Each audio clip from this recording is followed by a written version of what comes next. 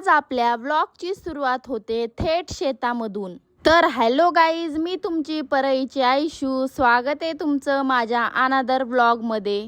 कसे आहात तुम्ही सर्वजण? आय होप तुम्ही सर्वजण तर चांगलेच असताल। आता तुम्ही म्हणताल एवढ्या उन्हातानात सजून धजून कुठं चालली? आता तुम्हाला तर माहित झाला असेल, आपण चाललो होतो शेताकडे। इकडं मला माझ्या मैत्रिणीचा सकाळी कॉल आला, म्हणली ये घराकडे। मग काय घरातले काम वगैरे घेतले आवरून आणि मस्त असं तोंडाला घेतलं बांधून, कारण की खरंच आज ऊन खूप पडलं होतं। तसं तर उन्हाळा सुरू झालेला आहे, त्याच्यामुळं ऊन तर पडणारच ना। मग काय मी गेले चलतच, कारण की घरापासून शेत खूप जवळ होतं, त्याच्यामुळं मी आज चलतच गेले होते आणि तिकडे मी लोकेशनवरती पोहोचले। इकडे मी चाय वगैरे काही घेत नाही, मग मला माझ्या मैत्रिणींना असं गरमागरम दूध गरम करून दिलं। शेतामध्ये रामफळाचं झाड असल्यामुळे इकडं रामफळ खूप पिकलं होतं, मग काय तिनं ताजं ताजं रामफळ आपल्याला काढून पण दिलं।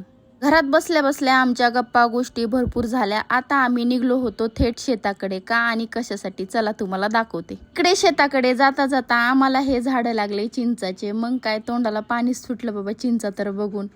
आणि ही आहे पालकाची भाजी, जर कोणाला माहित नसेल तर चला बघून घ्या। ही वाली हिरवी भाजी कोणती आहे ते मला कमेंट मध्ये नक्की सांगा। शेतात पोहोचताच खूप छान वाटलं, सगळीकडे हिरवीगार झाड, थंड हवा आणि शांत वातावरण। तसं तर ह्या शेतामध्ये यायची माझी सेकंड टाइम होती। या अगोदर मी वेळ आमोशाला इकडे येऊन गेले होते, 2 पुरी आणि पूर्ण शेत, पण मजा इतकी येत होती की वेळ कसा गेला कळलंच नाही। इकडे आम्ही दोघीच शेतामध्ये होतो, सगळीकडे शांतता, हिरवीगारे झाडे आणि थंड हवा आणि खूप छान वातावरण होतं इकडं आणि खूप छान वाटलं मला।